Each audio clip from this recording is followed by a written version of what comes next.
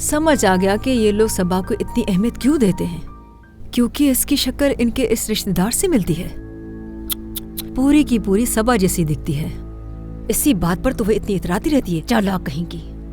कोई भी मेरी बेटी की बराबरी नहीं कर सकता। ये तो हद ही हो गई। कुछ तो है, लग रहा है ये कोई बड़ा राज है। मुझे क्या?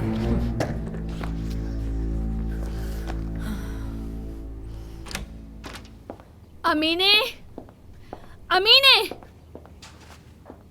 जी जाना साहिबा। क्या हुआ? आयशा गई? जी चली गई। और तुमने पैसे दे दिए? डूब गए पैसे, सब जाया हो गए। जाया हो गए? हाँ बिल्कुल।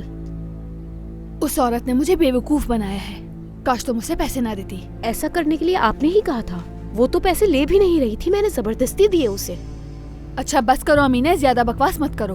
अगर जरा होशियारी से काम लेती तो वो पैसे तुम्हारे होते। अल्लाह माफ करे जानान साहिबा, वो पैसे मैं कैसे खुद रख सकती थी? किसी की मदद के लिए वो पैसे आपने दिए थे। मैं कोई गुनाह... बस कर जाओ अमीने।